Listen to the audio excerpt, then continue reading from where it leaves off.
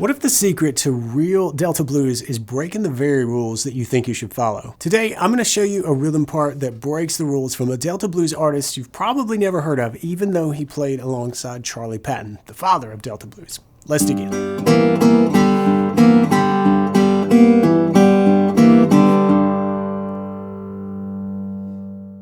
That riff is my attempt to add the main part of a Hayes McMullen performance. In the 20s, Hayes played juke joints across the Delta with Charlie Patton, but after his brother was poisoned, he quit the blues and didn't touch a guitar for 40 years, until 1967, when a blues researcher accidentally discovered him and convinced him to play again. They recorded the album Every Day Seemed Like Murder here. Definitely worth checking out, and probably the best blues album title ever. But today, we're focusing on Hurry Sundown, as Hayes played it for the documentary Good Morning Blues. I highly recommend you watching it. And real quick, this lesson will be much easier if you have solid fingerpicking fundamentals. If you need to get up to speed, grab my free fingerpicking quick start at the link in the description. It covers the essential movements that you're going to use every single time you pick up the guitar to play acoustic blues. But now back to Hayes. Here's what first caught my ear in this performance. A lot of Delta blues is grounded by that low-end thump on the bass strings. That constant thump really drives the sound forward, but Hayes barely uses his thumb in the main riff and instead just uses two fingers to pick the higher strings.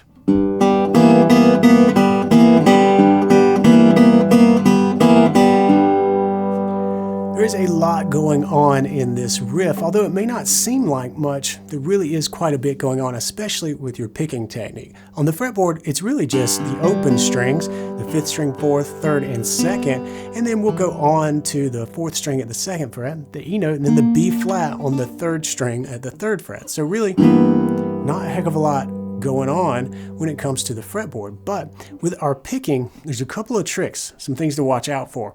While these two fingers, your index and your middle, work together on strings 3 and 2 to pluck, we want to make sure that we get the right sound. We don't want it to sound like this, where we're going back to the string and giving it that momentary pause when we mute it out, just before we're getting ready to pluck again.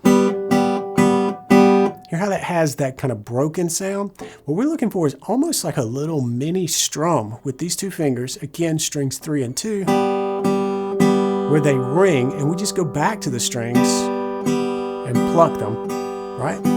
That's the movement, that's what we're looking for. But there's a little bit of a trick here, because on beat 2, we're not using the thumb for the bass like we did just there on beat 1 to start us out. Right? And if you've practiced a lot of Delta blues, or even really a little bit, you might be dialed into that idea of playing that thumb on the beats, the 1, 2, 3, 4. But here, we just play for the 1, and then it's all up to these two fingers. So how do we get that E note then on beat 2?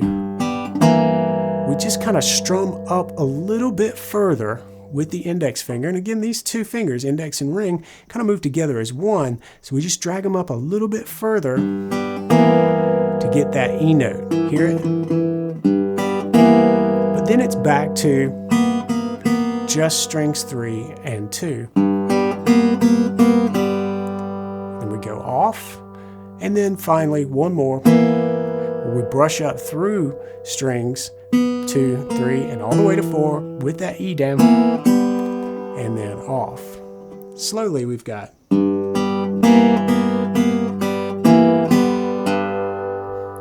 But of course, if you want to play this differently and bring on more of the thumb, I think that's actually a little bit easier.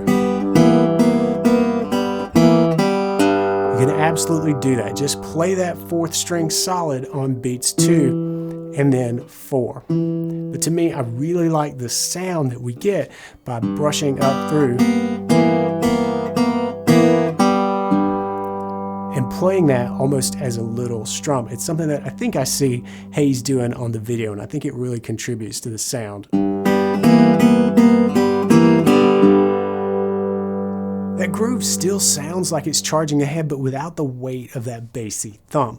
But there's more to this than just the rhythm. The notes that he's playing, they really shouldn't work together, but they absolutely do. And we mix major and minor sounds all the time in the blues.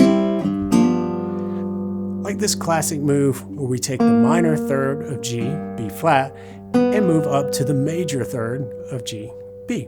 And notice that these two notes are right next to each other. But we don't normally play them together, right? It's kind of hard to do unless we play that same B as the open string and play our B flat on the third string. Now we get these two notes that are just a half step apart to ring together, and we get a lot of dissonance. So we're mixing major and minor really overtly here, and we do it a lot in our riff.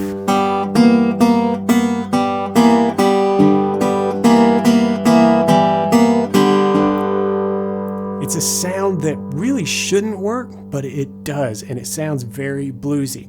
And we can take it even further and dial up that dissonance by moving that B flat gently sharp. So we're bending for a little microtonal bend as we're picking it repeatedly. And if you want to take that even further, you can swap out your third string, which is likely wound, mine is, for an unwound third string, which is a bit more slippery on the fretboard, and you definitely get that out of tuneness working for you like Hayes did in the video. Those wrong notes sound so right, don't they? It really caught my ear when I first watched this video, but there's one more curveball in this performance that we've got to talk about.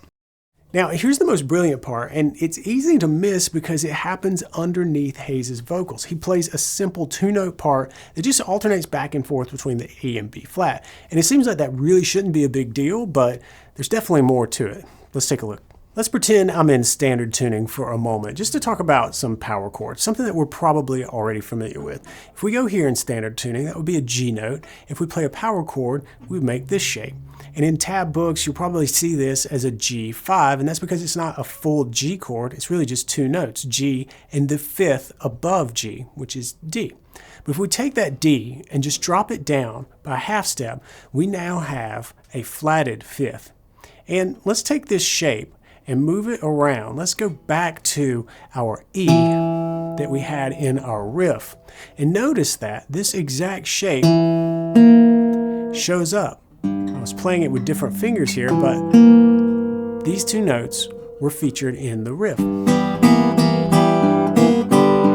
So we have, at least from the reference of E, we have the note that is a flatted fifth above it, and we hear that. That's called a tritone, and it is a very dissonant interval. So not only in the main riff do we have the B flat against the B, the minor third against the major third, we also have the devil's interval, the tritone here. A lot going on right here in these two frets on the fretboard here. But now, that really has been contributing to this sound the whole time we've looked at this riff, but Hayes does something for the verse that's very subtle. He just toggles back and forth between the B flat and the E.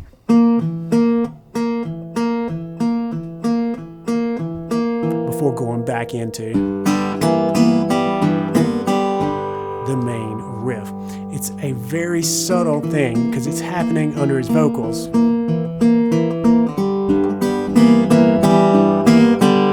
I think it's part of what really makes this performance fantastic. It's such a simple move, but the way that Hayes weaves it into the verse while he's singing is just genius to me. And I think it's easy to miss because it's underneath his vocals, but it's a very cool departure from all those ringing strings in the main riff. And plus, it's got the tritone, so yeah, blues. And now let's put all three of these concepts together into a complete progression. Premium members, you're going to have access to the tabs and the interactive tab player in the MyBGI library. Just look for lesson ID TB492.